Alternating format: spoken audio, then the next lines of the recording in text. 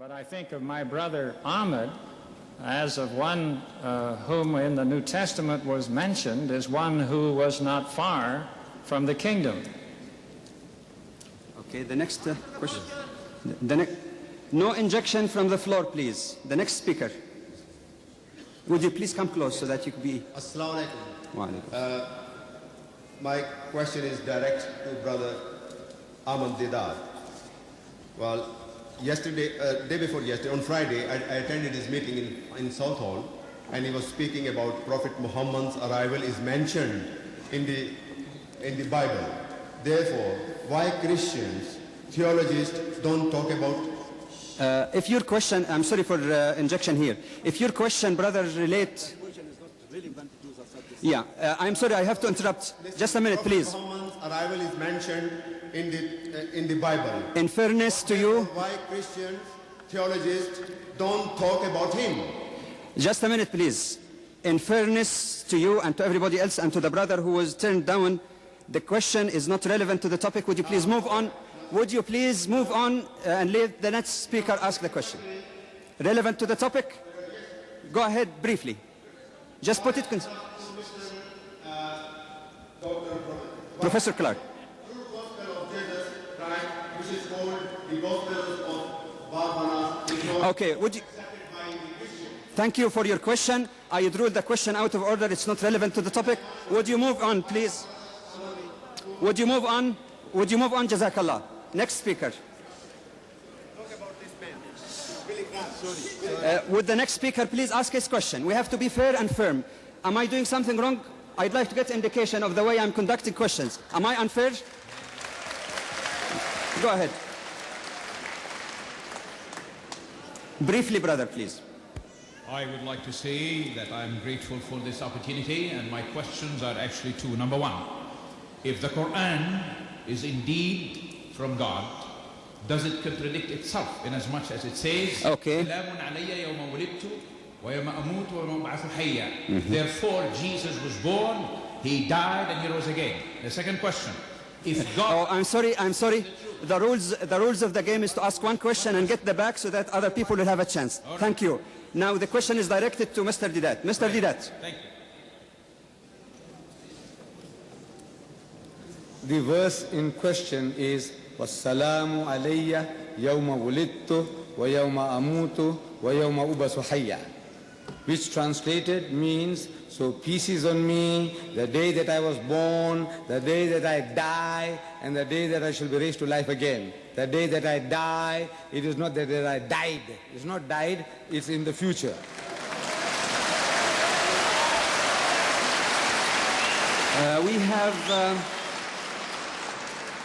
We have time for a maximum of 2 or 3 questions at most, because there is a few minutes at the end for concluding remark. The next question, please. If we admit... Can you get close to the mic, please? If we admit that Jesus died to expiate sin, what was the cost handed to Adam for committing sin? Is it not that women would bring food with pain and men would have to work for the bread? And is that finished in this story? Does the crucifixion help it? The next question I would like... No next question. No next question. Thank you. Professor Floyd, Clark, have you got the question? Sorry, but I have one... Sorry, we have to respect the rules. The question of the brother... Only one question, please. I have one question. No second question. Please get in the back if there is a chance. Thank you. Please keep the quiet. Keep the order. Keep the order, please. Wait a minute until the question is answered. Professor Clark.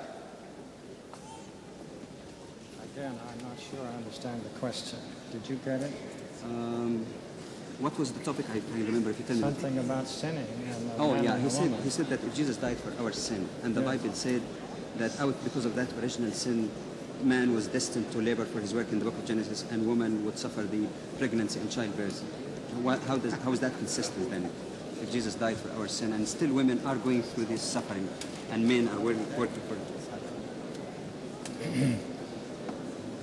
Well, I think the question that has been asked concerning the role of the woman who has been suffering since since the beginning when Adam and Eve fell, and the woman has had this role of punishment because she disobeyed God.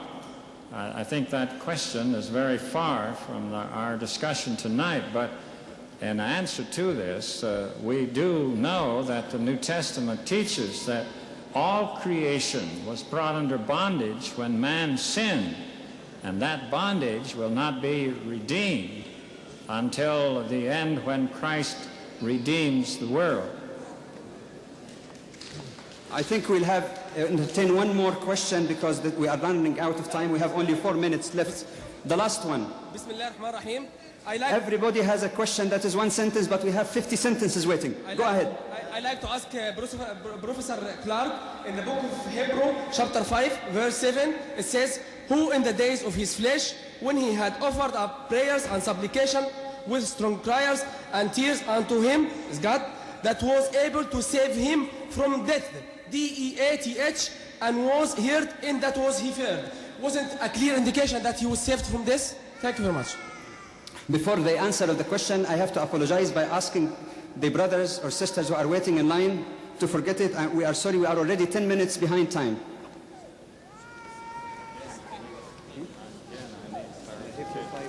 Did you get maybe?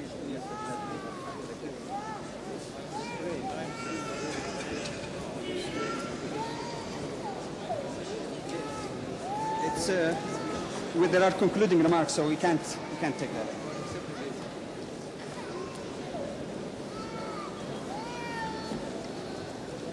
Would you please, could I ask those brothers who are standing here to please be seated? There is no more time. Professor Clark. The Hebrew writer makes it quite clear that Jesus came as a man into the world to live as a man and to learn obedience. And though he was God's prophet in the world and God's son, yet there were things that he had to do common to man, and that he had to learn what it means as a man to have to obey. And in the midst of that, God heard him because of his faithfulness in a human flesh as he was laboring with the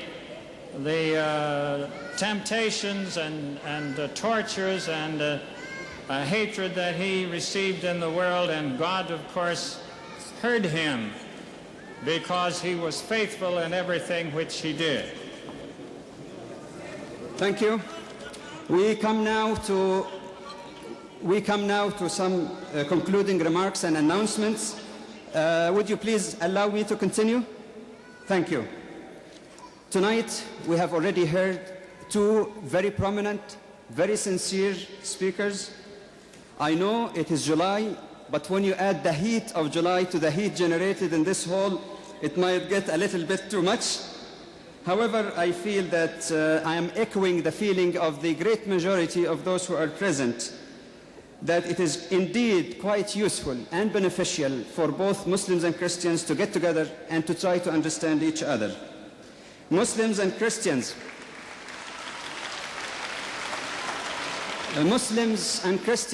together with nearly 1 billion more or less followers each constitute about 40% of world population.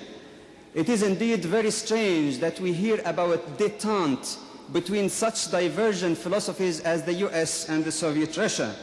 And we never hear as much about badly needed détente between two communities of believers who share something much more significant than those shared by the US and USSR. The belief in the Creator, the belief in the prophets and revelation, in the moral laws, and on the responsibility for our life and in the life hereafter. I do invite the Muslim audience who are here to try sincerely to understand the standpoint of our Christian brethren. They are free, of course, to read the Quran and see what the Quran, the word of Allah, in their belief say about Jesus, but they must also try to understand Christianity from the standpoint and the way Christians understand it. But I'd like also to invite the Christian brothers and sisters sitting with us here to also have a sincere attempt to understand the teachings of Islam from its pristine sources. One scholar once commented that until relatively recently, 95% of the books written about Islam has been written by non-Muslims, mostly missionary or Orientalists. And he addressed, he's a good friend of mine, Reverend Harry Armond, when he quoted this, he addressed the Christian audience and said, what is your feeling as a Christian if 95% of the books written about Christianity are written by Muslims? As such, I hope that the least that can be done would be to refer to the Quran, which is the revelation the Muslim believe is to be the word of God. In fact, there is, can you get me a copy of the Quran? I was told that outside here in the souvenir shop, there are copies available of the translation of the meaning of the Quran by Yusuf Ali. It is, the brother will show it to you, and I understand it is available for us. Also, a notice that the tour of Mr. Deedat will continue until the end of July, so you may inquire about further functions if you wish. Also, there is an announcement I was requested to make on behalf of Dr. Clark, that those who wish to discuss with him, understand Muslims or non-Muslims, who wish to ask him questions or queries should contact him after the presentation. On Monday, July the 8th, there is another function on Christ in Islam at 7 or 1 p.m. At 7 p.m. in Southampton in the Civic Center. And there's also additional information for those who wish to obtain them. Dr. Badawi, you don't mention where the venue of the Dr. Clark. You can meet Dr. Clark. No. The venue for, for Dr. Clark, those who wish to meet with him, they can meet in the lower level in the West Arena room below entrance number 1. I wonder if there's any other announcement so that we can conclude. There is tea and coffee. There is tea and coffee so that you can cool down a little bit.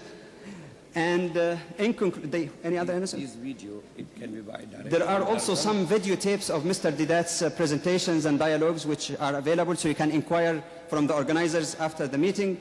Again, I would like to apologize for the brothers whom I cut off, even though I didn't want to do it. I apologize to all of you. If there is any error, I seek forgiveness of Allah for that.